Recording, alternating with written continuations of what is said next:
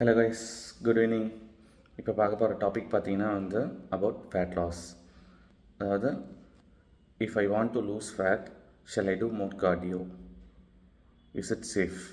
அதாவது பார்த்திங்கன்னா இப்போ நான் என்னோடய வெயிட்டை கம்மி பண்ணணுன்னா நான் கார்டியோ நிறைய பண்ணால் என்னால் ரொம்ப ஃபாஸ்ட்டாக கம்மி பண்ண முடியுமா? அது சேஃபா என்றதை இந்த வீடியோ கிளிப்பிங் மூலிமா நம்ம பார்க்கலாம். ஸோ ஃபஸ்ட் ஆஃப் ஆல் நீங்கள் பிஎம்ஐக்குள்ளே இருக்கீங்கன்னா நீங்கள் கார்டியோ பண்ணலாம். அதுவும் பிலோ 25 to 30 மினிட்ஸ். உங்களுக்கு எந்த ஒரு ஜாயிண்ட் பெயினும் இல்லை லிகமெண்ட் டேரும் இல்லைனா லிகமெண்ட் கம்ப்ரெஷனும் இல்லாத பட்சத்தில், ஸோ உங்களுக்கு ஒரு லிகமெண்ட் டேர் அப்படின்னா ஏசிஎல் ரெக்கவரியில் இருக்கீங்க, இல்லைனா ஏசிஎல் சர்ஜரி பண்ணியிருக்காங்க, நீங்கள் ஒபியில் இருக்கீங்க. ஸோ இல்லை ஜென்ரலாகவே நான் ஒபியாக இருக்கேன், நான் கார்டியோ அதிகமாக பண்ணால் எனக்கு ஃபேட் லாஸ் ஆகுமான்னு பார்த்தீங்கன்னா அப்படி கிடையாது. ஸோ அதுக்கு பதிலாக இன்னும் இன்ஜுரிஸை தான் அதிகம் ஆகும். ஸோ அது ஏன்னு பார்க்குறோன்னா, ஃபஸ்ட்டு உங்களோட ஃபார் எக்ஸாம்பிளுக்கு சொல்கிறேன், நீங்கள் ஒரு 170 சென்டிமீட்டர் ஹைட் இருக்கீங்கன்னா உங்களோட பிஎம்ஐ வெயிட் பார்த்தீங்கன்னா 66லேருந்து 67. பட் ஆனால் நீங்கள் ஒரு 90லேருந்து 95 கேஜி இருக்கீங்கன்னா, அப்போ 67னா பார்த்தீங்கன்னா மோர் தென் 95னா ஒரு 22லேருந்து 27 கேஜிஸ் எக்ஸஸாக இருக்கீங்க. ஸோ அப்போ எக்ஸஸாக இருக்க சொல்ல நம்ம கார்டியோ ரொம்ப லாங் ரன் பண்ணாலோ இல்லை ஹெவி கார்டியோ பண்ண சொல்ல நம்மளுக்கு என்ன ஆகும்னா ரொம்ப முட்டியோட தேய்மானம் இன்னும் அதிகமாக ஆகும். அது ஏன்னு பார்த்தோம்னா, ஸோ இப்போ மோர் தென் உங்களோட ஆஸ் பர் பிஎம்ஐலேருந்து ஒரு 20லேருந்து 27 கேஜி எக்ஸஸில் இருக்கீங்க. அப்போனா ஒரு 27 கேஜி மூட்டையை 24/7 நீங்கள் உங்கள் கையில் வச்சுருக்க மாதிரி. ஸோ அப்போ என்ன ஆகும்னா உங்களோட ஹார்ட்டு மற்றும் இன்டர்னல் ஆர்கன் இது எல்லாமே எக்ஸஸ் பாடி வெயிட்டுக்கு ஆல்ரெடி அது ஸ்ட்ரெஸ்ஸில் வேலை செஞ்சிட்ருக்கு. ஸோ அந்த மாதிரி சூழ்நிலையில் நீங்கள் கார்டியோ ரொம்ப ஹெவியாக பண்ணிங்கன்னா உங்களோட ஜாயிண்ட்டுக்கு மட்டுமே இல்லாத உங்களோட இன்டர்னல் ஆர்கன்ஸுக்கு ரொம்ப டேமேஜ் ஆகிறதுக்கான சான்சஸ் இருக்குது. பர்டிகுலராக உங்களுக்கு அதாவது ஹார்ட் அட்டாக்கோ இல்லைனா ஹார்ட் இஷ்யூ வரதுக்கான சான்சஸ் ரொம்ப அதிகம். எப்போன்னா ஓவர் த பிஎம்ஐயில் இருக்க சொல்ல நான் இவனோட வெயிட்டை விட ஒரு 25 அதாவது பிஎம்ஐயை விட ஒரு 30 கேஜி அதிகமாக இருக்கேன் இல்லை ஒரு 20 கேஜி அதிகமாக இருக்கேன்னா அந்த சமயத்தில் நீங்கள் ஹெவி கார்டியோ பண்ணக்கூடாது, லைட் கார்டியோ பண்ணலாம். ஸோ ஹெவி கார்டியோ பண்ணிங்கன்னா ஆல்ரெடி உங்களோட ஹார்ட் பிளட்டை ரொம்ப ஸ்ட்ரெஸ் ஆகி தான் பம்ப் பண்ணிட்டு இருக்கும். அது மட்டுமே இல்லாமல் உங்களுக்கு கொலஸ்ட்ரால் லெவல் செக் பண்ணி பார்த்தோன்னா ஆப்வியஸ்லி கொஞ்சம் அதிகமாக தான் இருக்கும்.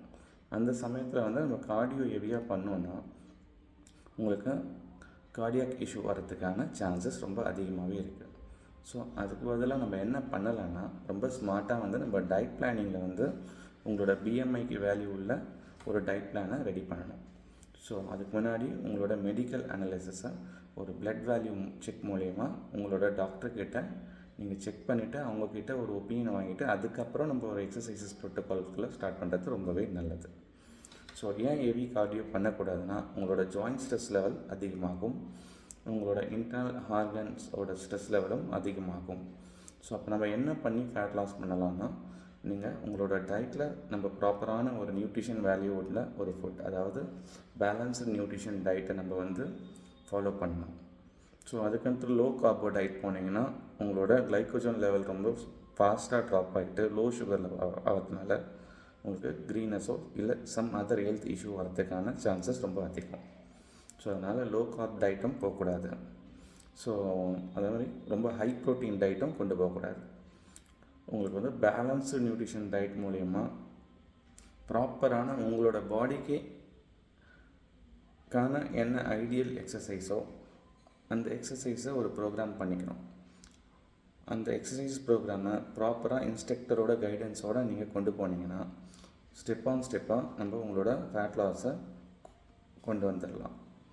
ஸோ இமீடியட்டாக எனக்கு ஃபேட் லாஸ் ஆகுமானா இமீடியட்டாக ஃபேட் லாஸ் ஒரு பர் மந்த்துக்கு 2.5 கேஜி வரையும் ஆகிறதே ஒரு குட் ஃபேட் லாஸ் தான். நீங்கள் எனக்கு ஒரு மாதத்துக்கு 12 கிலோ ஆகணும் இல்லை ஒரு 2 மாதத்துலேயே எனக்கு ஓவராலாக கம்மி பண்ணணும், அந்த மாதிரி ஒரு டைம் லேப்ஸ் வச்சுட்டு நம்ம பண்ண முடியாது. ஸோ அந்த டைம் லேப்ஸ் பார்த்திங்கன்னா எல்லாருக்குமே ஒர்க் அவுட் ஆகாது. ஸோ நம்ம எப்படி பிளான் பண்ணலான்னு பார்த்தீங்கன்னா ஒரு 6 மந்த்லேருந்து ஒரு 1 இயர் ஜேர்னி நம்ம கொண்டு போகலாம். அந்த 1 இயர் ஜேர்னிக்குள்ளே உங்களுக்கு என்ன ஆஸ் பர் பிஎம்ஐ வேல்யூக்குள்ளே நம்ம வெயிட் லாஸை பண்ண முடியுமோ அதை நேச்சுரலாக வித்தவுட் சப்ளிமெண்டேஷன்ஸில் நம்ம கொண்டு வர முடியும்.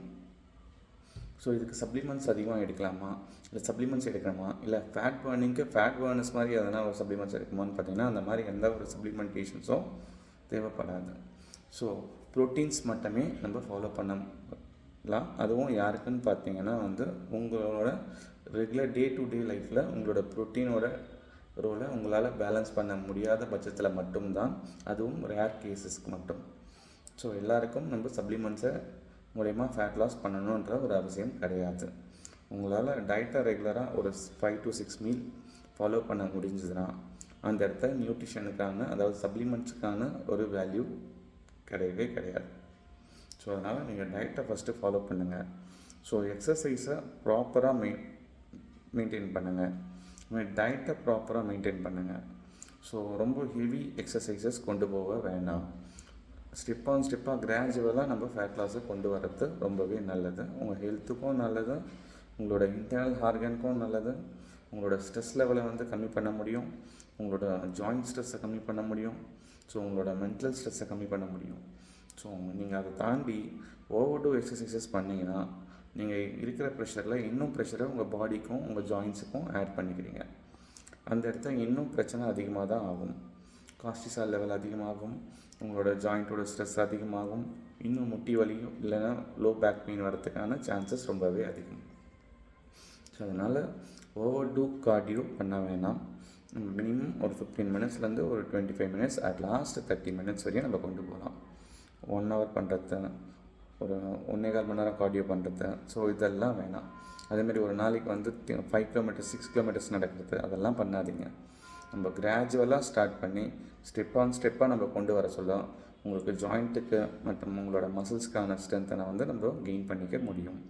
உங்களுக்கு மசில் ஸ்ட்ரென்த்தன் இல்லாமல் நீங்கள் ஓவர் டூ ஆக்டிவிட்டீஸில் இன்வால்வ் ஆனீங்கன்னா உங்கள் மசில் பிரேக் டவுன் ஆகும், உங்கள் மசில் இன்ஜுரி ஆகும், அண்ட் ஜாயிண்ட் இன்ஃப்ளமேஷன் ஆகிறதுக்கான சான்சஸ் ரொம்பவே அதிகம்.